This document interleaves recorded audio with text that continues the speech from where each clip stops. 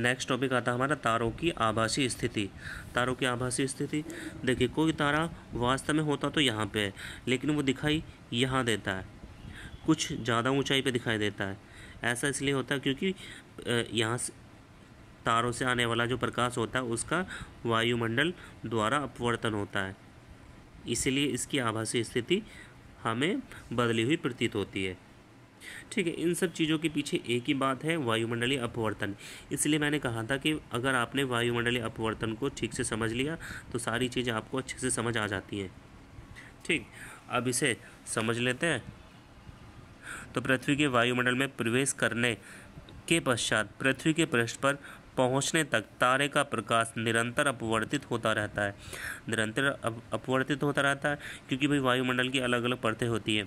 जो वायुमंडल है उसमें एयर होती है, एयर की लेयर्स होती है, उनका डिफरेंट टेम्परेचर होता है। आपने ये पहले पढ़ लिया है, होता है। वायुमंडलीय अपवर्तन उसी माध्यम में होता है जिसका क्रमिक परिवर्तित अपवर्तनांक हो।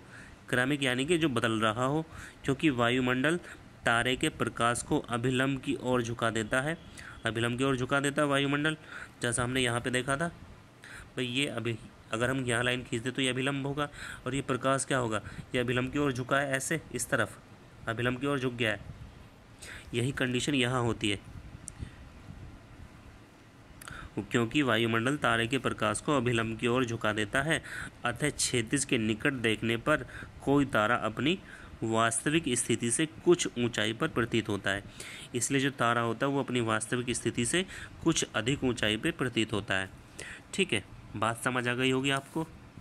ये डायग्राम आपको एज इट इज़ ड्रॉ करने हैं, और अगर आप पेंसिल का यूज़ करेंगे तो बड़ा अच्छा होगा, लेकिन अगर आपको अच्छे से बनाना आता है तो आप पेन का भी यूज़ कर सकते हैं।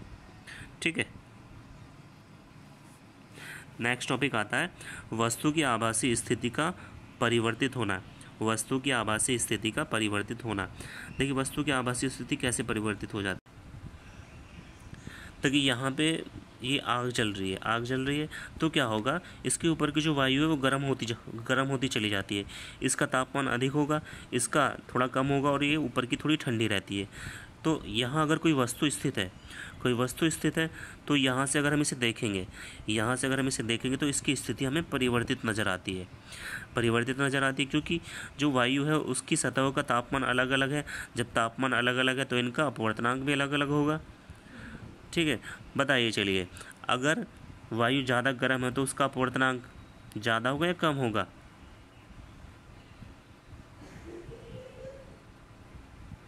उल्टा होता है, मैंने बताया था। अधिक गर्म है तो अपवर्तनांक कम होगा। ठीक है, इसी वजह से जो यहाँ से प्रकाश किरणें पहुँचती है इससे होती हुई वो अपवर्तित हो जाती है, और यहाँ जो देखने वाला होता है उसे ये स्थिति थोड़ी बदली हुई प्रतीत होती है। ठीक है, चलिए देख लेते हैं। आग के तुरंत ऊपर की वायु अपने ऊपर की वायु की तुलना में अधिक गर्म हो जाती है। भाई तुरंत ऊपर की वायु अधिक गर्म हो जाती है, पीछे डायग्राम में देख सकते हैं आप। गर्म वायु अपने ऊपर की ठंडी वायु की तुलना में कम सघन होती है। जो गर्म वायु होती है वो कम सघन होती है, यानी कि उसके अणु दूर दूर चले जाते हैं। जब गर्म होंगे तो अणु दूर दूर जाते हैं हर चीज़ के। तथा इसका अपवर्तनांक ठंडी वायु की अपेक्षा थोड़ा कम होता